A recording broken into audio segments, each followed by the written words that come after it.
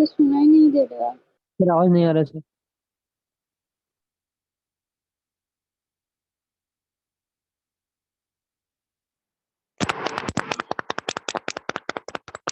आ रहा है। तो ऑक्टाहेड्रल कॉम्प्लेक्स की बात कर लिए थे टेट।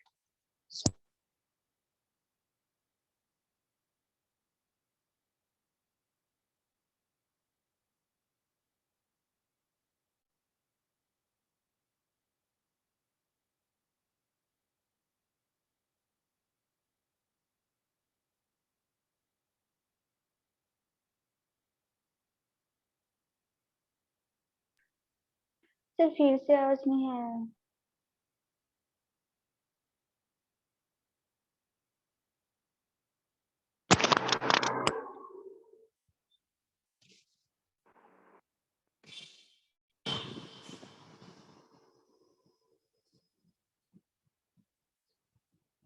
सर नहीं आ रहा सर।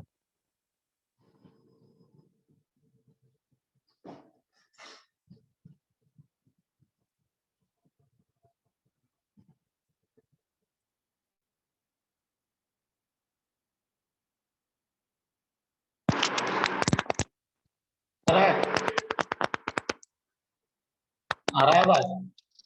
हाँ सर आ रहा है।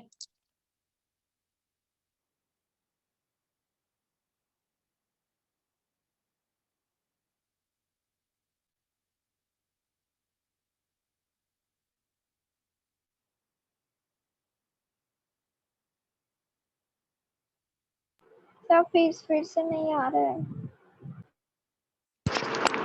सर मे बी हेडफोन के लिए हो सकता है। अच्छा, हाँ सर आ रहा है।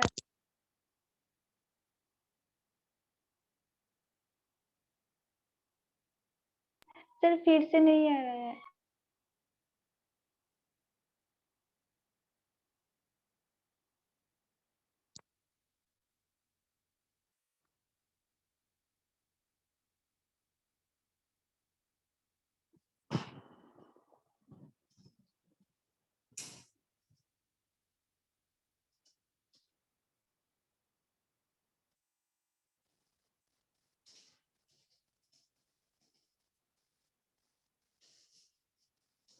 हाँ तो यहाँ पर मैं बोल रहा था कि यहाँ पर जो लिगेंड है, ऐसा एनालाइज करो कि लिगेंड यहाँ से आ रहा है, ये लिगेंड का अप्रोच कर रहा है, यहाँ से बीच में सेंट्रल मेटल्स है, लिगेंड आ रहा है यहाँ से लिगेंड आ रहा है, लिगेंड अप्रोच कर रहा है, ऐसे लिगेंड अप्रोच कर रहा है। कॉपी में अच्छी तरह से बनाया गया है, 4 लिगेंड आ रहा है, टेट्राहेड्रल मतलब 4 लिगेंड। और इसके अगर हम सरफेस को ज्वाइन करें, ये सब को देख लो, ये सब को ज्वाइन करें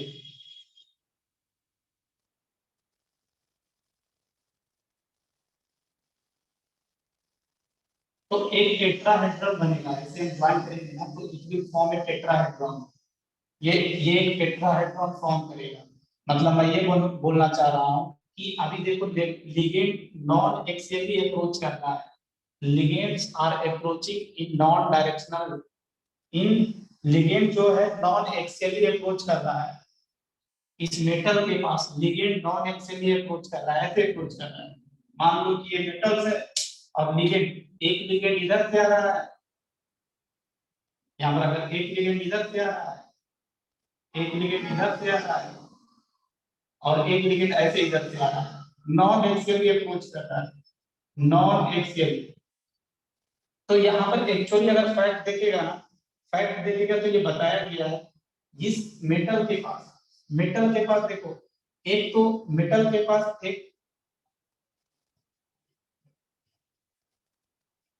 ये मेटल्स का एक्सियल ऑर्बिटल्स है, ये मेटल्स का एक्सियल ऑर्बिटल्स है, और ये मेटल्स का मान लो कि नॉन एक्सियल ऑर्बिटल्स है। मेटल्स का नॉन एक्सियल ऑर्बिटल्स है। नॉन एक्सियल ऑर्बिटल्स कौन कौन होता है आपको पता है? dxy, dyz, dzx मेटल का, और इसी को हम लोग T2G बुलाया करते हैं। और मेटल्स का जो एक्सियल ऑर्बिटल्स होते हैं दैट वन इज कौन? dx² y² और dz², ये मेटल्स का एक्सियल ऑर्बिटल्स है।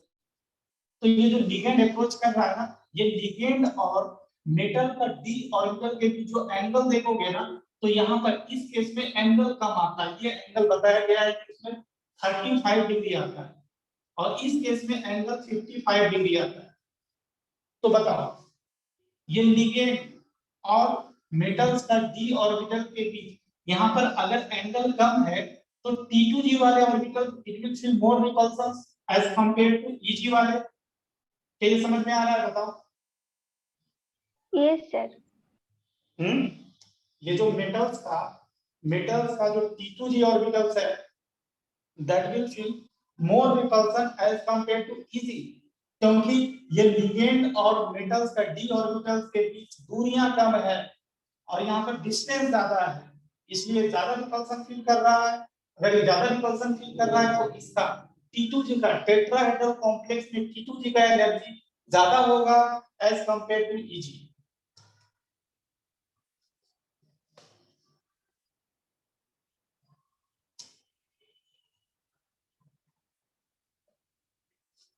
इसलिए देखो ये जो एनर्जी डायग्राम है यहाँ पर देखोगे एनर्जी डायग्राम कॉपी में बनाया गया है, आप देख सकते हो।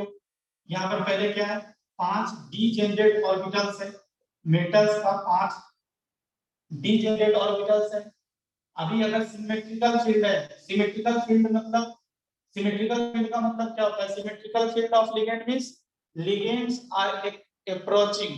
ये जो लिगेंड्स है, लिगेंड मेटल के डी ऑर्बिटल्स पर इक्वल रिपल्सन कर रहा है। ये जो पांचों डी ऑर्बिटल्स है, लिगेंड्स ये जो है इक्वली अप्रोच कर रहा है, इस हर एक मेटल्स के डी ऑर्बिटल्स पर इक्वल रिपल्सन कर रहा है, इसलिए अभी डीजेनरेसी मेंटेन है। बट यहाँ पर देखो पहले ये दो पार्ट में स्प्लिट हो जाता है, ये दो पार्ट में स्प्लिट हो जाता है। ऊपर कौन होगा? ऊपर होगा आपका T2G, नीचे कौन सा होगा? नीचे आपका होगा EG होगा। EG होगा। इसको हम लोग बेरी सेंटर बोलते हैं। ये जो यहाँ से यहाँ तक का डिस्टेंस है उसको हम डेल्टा टी बोलते हैं। Crystal film splitting energy in case of tetrahedral complex, और या इसको हम लोग 10 DQ भी बोलते हैं, 10 DQ। यहाँ से ऊपर का डिस्टेंस कितना होगा? बेरी सेंटर से कितना यूनिट ऊपर? तो हम लोग बोलेंगे 4 यूनिट प्लस 4 DQ ऊपर है ये, और यहाँ से यहाँ तक कितना डिस्टेंस? -6 DQ नीचे। या ऐसे भी हो सकते हैं यहाँ से यहाँ तक का डिस्टेंस, अगर ये टोटल 10 DQ है तो ये 4 DQ, तो हम लोग बोल सकते हैं टोटल 4 बाई, ये total 4 by 10 unit delta naught up है, और ये नीचे वाला -6/10 डेल्टा टी नीचे है। मतलब नीचे ऊपर से नीचे ये बेरी सेंटर से नीचे 0.6 डेल्टा टी नीचे है, और ये नीचे से ऊपर तक का डिस्टेंस 0.4 DP ऊपर है। क्या ये समझ में आ रहा है? Yes sir. हाँ, अब ये चीज ध्यान रखना कि सबसे ज्यादा स्प्लिटिंग, सबसे ज्यादा ये रिलेशंस याद रखना कि सबसे ज्यादा ये क्या है? Crystal film splitting energy in tetrahedral. ये क्या है? Crystal film splitting energy in square planar, crystal field energy in octahedral. सबसे ज्यादा स्प्लिटिंग जो होता है, स्प्लिटिंग एनर्जी डेल्टा एस में होता है, फिर ऑक्टाहेड्रल में होता है, फिर स्क्वायर प्लेनर में होता है। ये अगर ध्यान रखिएगा। और ये जो रिलेशन है आपके बुक में दिया हुआ है, इसको ध्यान रखना कंपलसरी है। Delta square planar is equal to 1.3 delta naught. ये रिलेशन याद रखना जरूरी है। Delta T is equal to 4/5 delta naught. ये दोनों रिलेशंस याद रखना बहुत ज्यादा जरूरी है। ये चीज बता चुके हैं, जितना स्ट्रॉन्ग फील्ड लिगेंड होगा उतना ज्यादा स्प्लिटिंग एनर्जी होगा। ये सब बातें बता चुका हूं। तो यही है आपका क्रिस्टल सर फिल्म 4/9 और 4/5 होगा। ये क्या 4/9? हाँ 4/9। 4/9 डेल्टा में। चलो तो ये बता दिया। उसके बाद फैक्टर्स, कौन कौन सा factor crystal film splitting energy को अफेक्ट करता है, उसको एक बार देख लेते हैं।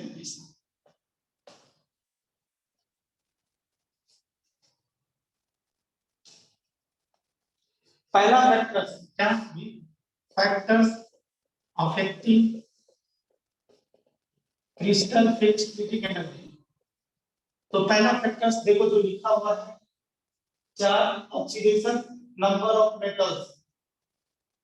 क्वेश्चन भी कराया गया है Fe Cn O6 2 प्लस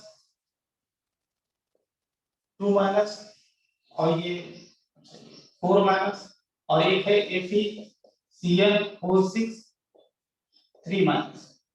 तो अभी यहाँ पर देखोगे मेटल्स का ऑक्सीडेशन स्टेट यहाँ पर +2 है, यहाँ पर मेटल्स का ऑक्सीडेशन स्टेट +3 है। तो मेटल्स का जितना ज्यादा ऑक्सीडेशन स्टेट होगा, देखो मेटल्स का जितना ज्यादा ऑक्सीडेशन स्टेट होगा, लिगेंड, ये तो लिगेंड है, इस मेटल्स के उतना ही पास आना चाहिए। समझ रहे हो? अगर मेटल्स का जितना, मेटल्स के ऊपर जितना ज्यादा चार्ज, उतना ही ज्यादा लिगेंड और मेटल के बीच अट्रैक्शन। अगर अट्रैक्शन ज्यादा होगा तो इस मेटल्स का डी ऑर्बिटल्स में ज्यादा रिपल्शन होगा और क्रिस्टल फील्ड स्प्लिटिंग एनर्जी भी ज्यादा होगा। अगर यहाँ पर देखोगे, यहाँ पर मेटल्स का ऑक्सीडेशन स्टेट ज्यादा है, तो लिगेंड्स और मेटल के बीच बहुत ज्यादा अट्रैक्शन, लिगेंड्स और मेटल के बीच बहुत ज्यादा इलेक्ट्रोस्टैटिक फोर्स ऑफ अट्रैक्शन। अगर ज्यादा इलेक्ट्रोस्टैटिक फोर्स ऑफ अट्रैक्शन ज्यादा होगा तो क्रिस्टल स्प्लिटिंग एनर्जी भी ज्यादा होगा। तो अभी हम बोल सकते हैं इसका क्रिस्टल स्प्लिटिंग एनर्जी ज्यादा होगा as compare to this. Second factor है नेचर ऑफ मेटल्स। तो ये nature of metal, second factors क्या है? Nature of metal, nature of metal. तो ये ध्यान रखिएगा, ये 3D 4D 5D, ये 5D सीरीज, 5D सीरीज वाले जो मेटल्स होंगे वो लिगेंड को अपनी तरफ ज्यादा अट्रैक्शन करेंगे। अगर ज्यादा अट्रैक्शन करेंगे तो इसका क्रिस्टल फिल्म स्प्लिटिंग एनर्जी ज्यादा होता है एज कंपेयर टू 4D, और 4D का 3D से ज्यादा होता है।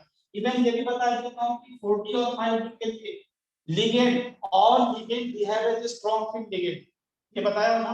4D और 5D सीरीज के लिए all ligand will behave as strong field ligand. Only 3D series के लिए हम लोग क्या करते हैं? स्ट्रांग फील्ड और वीक फील्ड लिगेंड की बात करते हैं। ये भी बताया गया होगा nitrogen and oxygen donor, nitrogen कान नाक और हाथ, ये कार्बन नाइट्रोजन डोनर जो होते हैं स्ट्रांग फील्ड लिगेंड होते हैं, ऑक्सीजन और hydrogen donors are weak field ligands. और ये कॉन्सेप्ट ओनली किसके लिए एप्लीकेबल है? 3D सीरीज के लिए। 4D 5D सीरीज के लिए all ligands are strong field ligands. जैसे क्वेश्चन दिया गया है तो आप देख सकते हो वहां पर कॉपी में एक निकेल का कॉम्प्लेक्स है, एक निकेल का कॉम्प्लेक्स है, एक प्लेटिनम का कॉम्प्लेक्स है और एक प्लाटिनम का कॉम्प्लेक्स है। तो अभी सबसे ज्यादा देखोगे ऑक्सीडेशन से तीनों केस में देखोगे तो +2 है। तो अभी किसमें क्रिस्टल फिल्म स्प्लिटिंग एनर्जी ज्यादा होगा बताओ?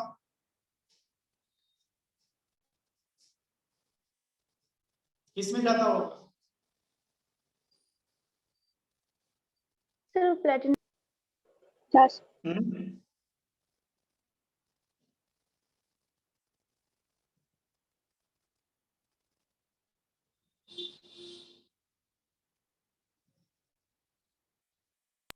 सर प्लेटिनम में ज्यादा होगा। हाँ, थर्ड वाला में ज्यादा होगा। प्लेटिनम का जो कॉम्प्लेक्स होगा उसमें क्रिस्टल फिल्म स्प्लिटिंग एनर्जी ज्यादा होगा। चलो, तो ये भी हो गया। अब second factors, first factor oxidation state of metal, second factors nature of ligand. 4D 5D series का लिगेंड जो होगा, 4D और 5D सीरीज का मेटल्स होगा, उस केस में क्रिस्टल फिल्म स्प्लिटिंग एनर्जी ज्यादा होगा। ज्योमेट्री ऑफ द कॉम्प्लेक्स ये बता चुका हूं। टेट्राहेड्रल ज्योमेट्री में, स्क्वायर प्लेनर ज्योमेट्री में सबसे ज्यादा आपका क्रिस्टल फिल्म स्प्लिटिंग एनर्जी होता है, फिर टेट्राहेड्रल में, फिर ऑक्टाहेड्रल में, फिर टेट्राहेड्रल में। ये भी फिर उसके बाद थर्ड वाला जो है nature of ligand. Nature of ligand जैसे एक कॉम्प्लेक्स दिया हुआ है आयरन का, आयरन Fe6 3 माइनस, और एक कॉम्प्लेक्स दिया हुआ है आयरन। तो इस केस में इसमें क्रिस्टल फिल्म स्प्लिटिंग एनर्जी ज्यादा होगा। तो यहाँ पर देखोगे मेटल का ऑक्सीडेशन स्टेट देखोगे तो +3, यहाँ पर भी +3, सेम मेटल्स है, लिगेंड यहाँ पर डिफरेंस है, यहाँ पर वीक फील्ड लिगेंड है। ये स्ट्रॉन्ग फील्ड लिगेंड है, तो स्ट्रॉन्ग फील्ड लिगेंड क्या करेगा, स्ट्रॉन्ग फील्ड लिगेंड के केस में क्रिस्टल फील्ड स्प्लिटिंग एनर्जी ज्यादा होता है। तो ये सब कुछ फैक्टर्स है, आप उसको ध्यान रखिएगा। उसके बाद स्पेक्ट्रोकेमिकल सीरीज है, स्पेक्ट्रोकेमिकल सीरीज, तो it is basically the arrangement of ligands, again arrangement of ligand on the increasing order of their field strength। तो यही लिखा है, arrangement of ligand in the increasing order of their field strength is known as crystal field splitting energy। और ये पूरा जो table लिखा गया है उसको आप ध्यान रख सकते हो, वहां पर कोड भी लिखा है, उसको एक बार पढ़ लीजिएगा। इतना बुरा था कालू, कालू सामू ने फूले हाथ ऐसे, उसके पानी भरा हो जैसे, नीलचंद शर्मा अमन पाने के लिए इन दिनों नौसेना कोर्ट के चक्कर लगा रहे हैं। इस तरह याद रखोगे तो आपको स्पेक्ट्रोकेमिकल सीरीज याद हो जाएगा। और वाटर के पानी के पहले जो भी लिगेंड है उसको वीक फील्ड लिगेंड बोलते हैं, पानी के बाद जो भी लिगेंड है that will behave as a strong field ligand. और इन जनरल आपको यही याद रखना है, carbon nitrogen strong field ligand, oxygen और हाइड्रोजन वीक फील्ड लिगेंड। इतना भी याद रखोगे तो वो अगर नहीं भी याद करते हो तो काम चल जाएगा। उसके बाद हम लोग आ जाते हैं आइसोमेरिज्म्स में। तो आइसोमेरिज्म्स देखो, आइसोमेरिज्म्स में क्या,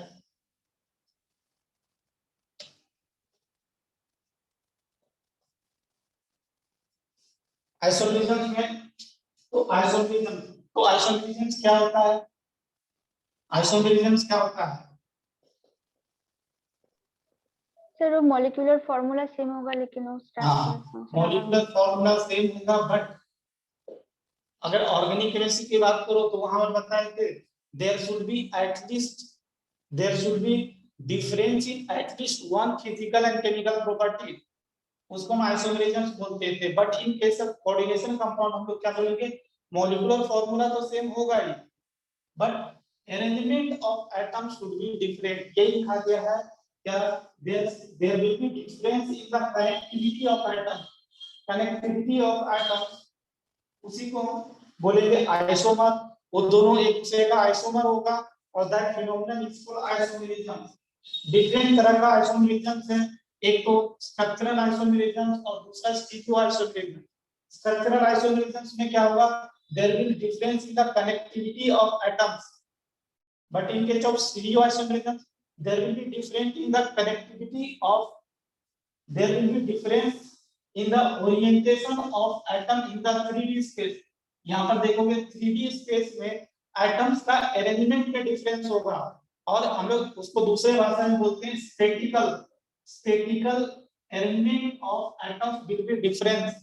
स्पेटिकल अरेंजमेंट मींस आप जो स्टीरियो आइसोमेरिज्म में इतना ध्यान रखिएगा, there will be difference in the orientation of atom in the 3D space। Then in case of structural isomerism there will be difference in the connectivity of atom, यहाँ पर देखोगे 3D space में atoms का arrangement में difference होगा, उसी को हम स्टीरियो आइसोमेरिज्म बोलते हैं। स्टीरियो आइसोमेरिज्म में दो तरह का आइसोमेरिज्म आता है, ज्योमेट्रिकल आइसोमेरिज्म और optical isomerism. But in case of structural isomerisms, there are lots of structural isomerisms में देखोगे हाइड्रेट आइसोमेरिज्म्स और भी डिफरेंट तरह का आइसोमेरिज्म्स उसमें देखोगे। तो एक एक करके देखो, स्ट्रक्चरल आइसोमेरिज्म्स में सबसे पहले आयोनाइजेशन आइसोमेरिज्म्स। तो आयोनाइजेशन आइसोमेरिज्म्स में क्या होगा बताओ, ये नाम ही बता रहा है कि आयोनाइजेशन आइसोमेरिज्म्स में क्या होगा।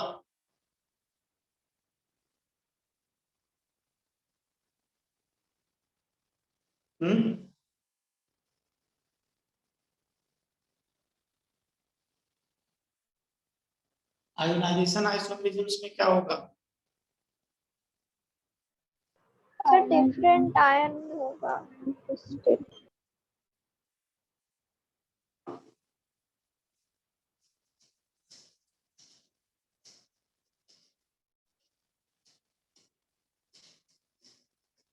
चलो मैं इसको ना, बच्चे नहीं है तो मैं इसको आज यहीं पर छोड़ देता हूँ। किनको डाउट डाउट पूछो, मैं डाउट बता देता हूँ। डाउट किनको था? सर मैं हाँ बोलो, डाउट क्या था? क्वेश्चन देती थी ना? Yes sir.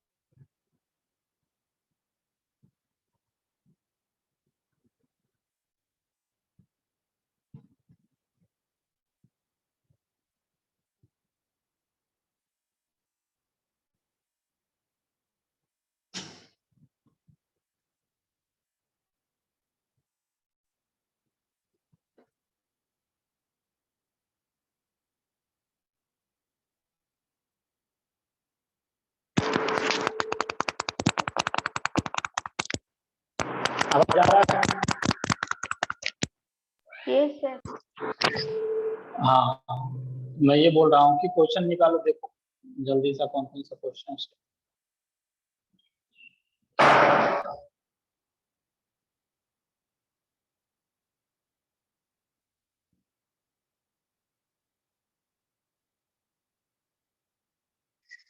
एक सर आवाज नहीं आ रहा है।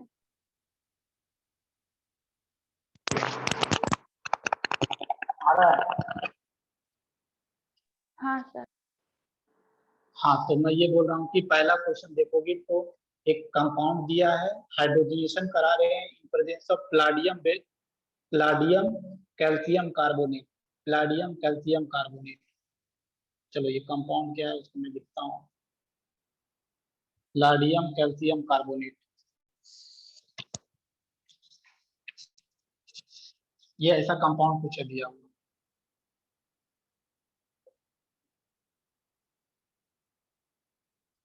यहाँ पर ऐसा ही कुछ दिया हुआ है, ट्रिपल बॉन्ड यहाँ पर है।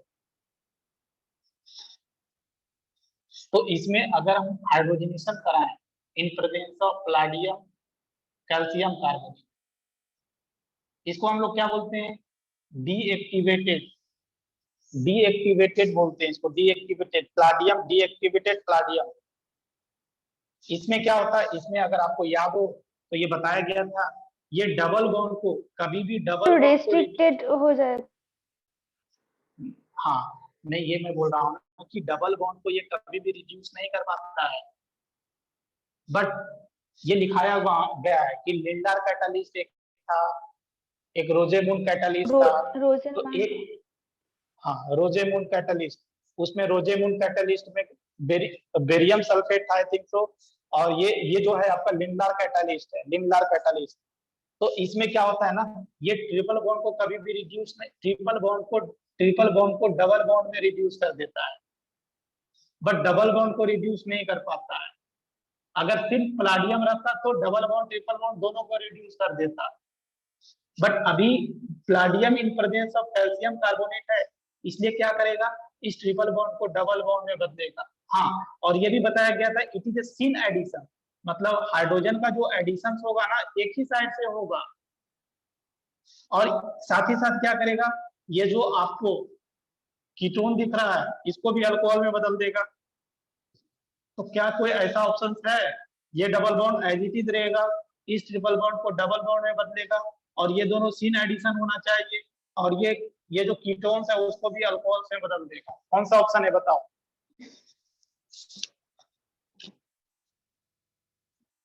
कौन सा ऑप्शन है? ऑप्शन ही नहीं है आप लोगों के पास। सी। हाँ, कौन सा ऑप्शन? सी, बिल्कुल बिल्कुल सी ही होगा। उसके बाद कौन सा क्वेश्चन है? Which of the following will lead to maximum annualization, मतलब किसमें इनॉल कंटेंट ज्यादा होगा? तो इन जनरल कीटो आपको बताया गया होगा, keto form is more stable as compare to enol form. But कुछ ऐसे केसेस होते हैं जिसमें इनॉल फॉर्म ज्यादा स्टेबल होता है कीटो फॉर्म से, उसमें इनॉल फॉर्म ज्यादा स्टेबल होगा कीटो फॉर्म से, उसके लिए एक्सटर्नल स्टेबिलिटी फैक्टर्स आना चाहिए। जैसे फोर्थ वाला केस में देखोगे ना, फोर्थ वाला जो केस है, तो फोर्थ वाला केस में एक एक्सटर्नल फैक्टर्स आ गया है, फोर्थ वाला केस में एक एक्सटर्नल फैक्टर्स आ गया है। फोर्थ वाला केस कैसा है देखो,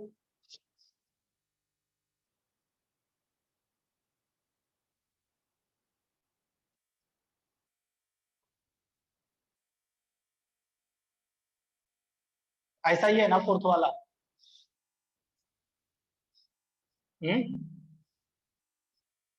फोर्थ Yes. वाला ऐसा ही है। हाँ, तो ये कीटो फॉर्म है। अगर इनॉल फॉर्म इसका बनाएंगे तो क्या होगा, इनॉल फॉर्म बनाएंगे तो इस तरह बन जाएगा, फिनॉल बन जाएगा। इनॉल फॉर्म बहुत ज्यादा स्टेबल होगा। क्यों ज्यादा स्टेबल होगा बताओ? क्योंकि इसमें रेजोनेंस हो रहा है, रेजोनेंस स्टेबिलिटी मिल रहा है, इसलिए इनॉल फॉर्म इज मोर स्टेबल। तो इसमें इनॉल कंटेंट ज्यादा होगा। कीटो फॉर्म से इनॉल फॉर्म इक्विलिब्रियम जो होगा ना, इक्विलिब्रियम जो होगा इनॉल फॉर्म की तरह ज्यादा शिफ्टेड होगा। तो ये समझ में आ रहा है? तो फोर्थ ऑप्शन हो जाएगा, इनॉल Yes. Form is more stable, इनॉल form is more stable in case of fourth.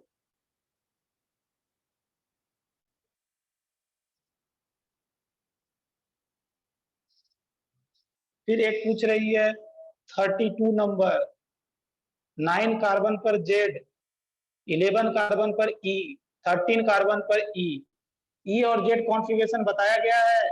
ई और जेड, ई और सर जेड इसका कॉन्फ़िगरेशन सी बताए। आंसर हो जाएगा सर। कौन सा ऑप्शन हो जाएगा? 3। सी। देखो पहले कार्बन काउंटिंग करो, 1 2 3 4 5 6 7 8 9, 9 कार्बन पर, 9 कार्बन पर क्या बोला? जेड। जेड मतलब क्या कि दोनों जो हायर प्रायोरिटी वाला ग्रुप होगा सेम सर साइड होना चाहिए, सेम साइड हो। सेम साइड होना चाहिए। बिल्कुल बिल्कुल याद करने के लिए बोले थे, जेड में अपोजिट होगा तो सेम साइड वाला, हायर प्रायोरिटी वाला सेम साइड होगा तो जेड बोलेंगे। तो बिल्कुल नाइन्थ में, थर्ड नंबर में देखोगी तो नाइन्थ नंबर, ये नाइन्थ कार्बन पर जो कॉन्फ़िगरेशन होगा दैट इज जेड। इसी तरह 11th वाला पर जो होगा ई होगा, और 11th वाला पर ई भी है, 13th वाला पर भी ई ही है। तो हाँ 3 हो जाएगा, बिल्कुल सही है 3। तो इसमें डाउट क्या था, 3 तो हो ही जाएगा। फिर उसके बाद जो सर मेरे क्वेश्चन है, डाउट नहीं। अच्छा डाउट नहीं था। सर मेरे नहीं था, मैं तो आंसर बोल दिया। सर मेरे अच्छा तो समझ में आ गया ना जिनका भी डाउट था। Yes sir. हाँ उसके बाद अगला क्वेश्चन देखेगी, which is most stable carbocation. तो एक चीज अगर आपको याद हो तो बताया गया था, ब्रेड्स रूल। ब्रेड्स रूल याद है कि ब्रिजेड कार्बन पर दिखाया गया है, हाँ सर, ब्रिजेड बीजेड कार्बन पर sp3 नहीं होगा कभी।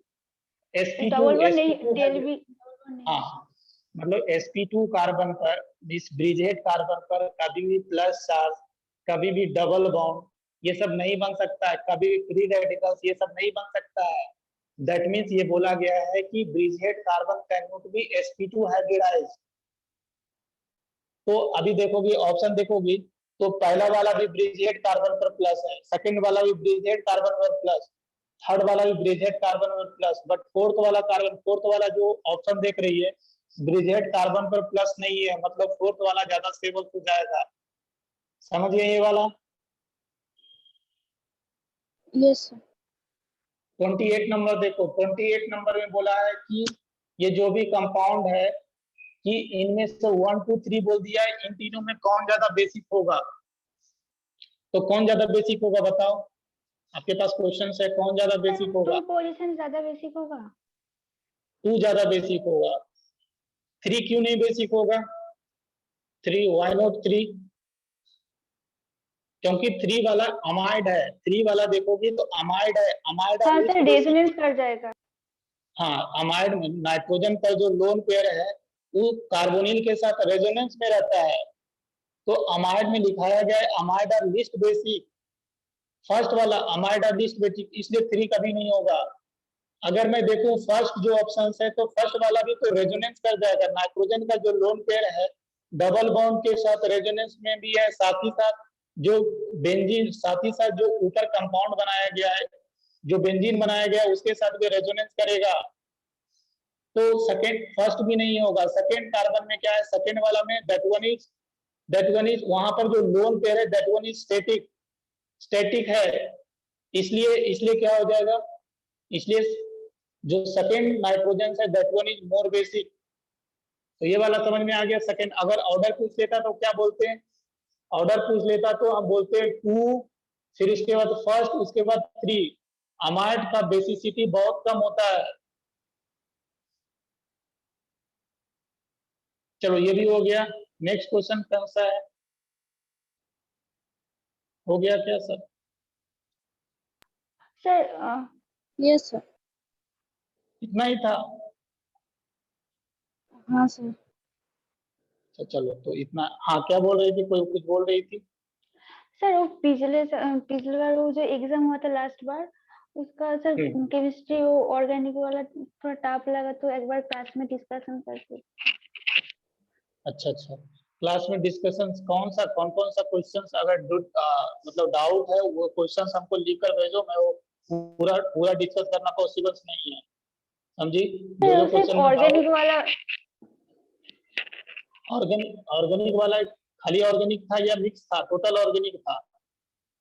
सर वो सिर्फ ऑर्गेन क्या ऑप्टिकल आइसोमरिज्म का जो क्वेश्चन था सारे गलत हो गया सर, वो इसलिए नंबर कम गया, तो एक बार डिस्कशन कर दीजिए। अच्छा, तो ऑप्टिकल आइसोमरिज्म का जो क्वेश्चन दिक्कत है ना, तो हमको एक बार लिख कर हमको बता देना। सब क्वेश्चन डिस्कस करना पॉसिबल नहीं है, ऐसे भी टाइम कम है, समझी? जो दिक्कत है ना तो उसको हमको लिख कर भेज देना कि ये क्वेश्चन हमको डिस्कस कर दिया, हमको समझा देंगे। सर डाउट के लिए एक्स्ट्रा क्लास ले लीजिए ना, संडे और सैटरडे का। सैटरडे को ऑलरेडी क्लास रहता है, समझी? सैटरडे को ऑलरेडी क्लास रहता है। तो मैं क्या बोला समझी, कि जो डाउट होगा उसको एक बार लिख कर भेज देना, मैं देख लूंगा। उसके बाद जब भी क्लासेस होगा या एक्स्ट्रा क्लासेस होगा मैं उसमें बता दूंगा, ठीक? Okay sir. ओके, चलो आज के लिए इतना ही। ये इनऑर्गेनिक केमिस्ट्री, ये जो कोऑर्डिनेशन कंपाउंड है ना, कोऑर्डिनेशन कंपाउंड, उसको जितना देखो, इनऑर्गेनिक केमिस्ट्री आप जितना पढ़ोगे उतना ज्यादा बेनिफिटेड होगे। क्या ऑर्गेनिक केमिस्ट्री का क्वेश्चंस बना रहे हो, तो बन रहा है? हाँ सर, वो मॉड्यूल का क्वेश्चन बन रहा है। हाँ, सॉल्व हो रहा है, तो उस पर मेहनत करो, जितना उसमें डेडिकेशन देगी। टीचर को क्या, टीचर तो पढ़ाने का पढ़ा दिया, बट आप कितना डेडिकेट कर रहे हो उसमें देखो, उसमें डेडिकेट करो अपने आप को, उसमें ज्यादा, जितना ज्यादा रिविजन करोगे उतना ज्यादा आपका अंडरस्टैंडिंग बढ़ेगा और आपको चीजें समझ में, अब लास्ट तक जाते जाते आपको ऑर्गेनिक केमिस्ट्री समझ में तो आ रहा होगा ना कि क्या क्या चीज मतलब होता है। बहुत चीजें तो बहुत एक ही चीजों को 2-3 बार बताया गया होगा, तो रिविजन देखो, समय समय पर रिविजन हुआ है, तो उसको आप अपना खुद से भी आप रिविजन करें। चलो तो हम लोग मिलते हैं अगले क्लास में। ये जो कोऑर्डिनेशन कंपाउंड है, रिमेनिंग जो बचा हुआ कोऑर्डिनेशन कंपाउंड, उसको आप एक बार पढ़ ले। अगले क्लास में ये कोऑर्डिनेशन कंपाउंड पूरा खत्म हो जाएगा, एक क्लास और लेंगे, कोऑर्डिनेशन कंपाउंड पूरा खत्म। तो इसको एक बार घर पर जरूर पढ़ें, घर पर पढ़ोगे तो आपको उसमें समझ में अच्छा से आएगा, नहीं पढ़ोगे तो समझ में नहीं आएगा। ठीक है, ओके, थैंक यू सर।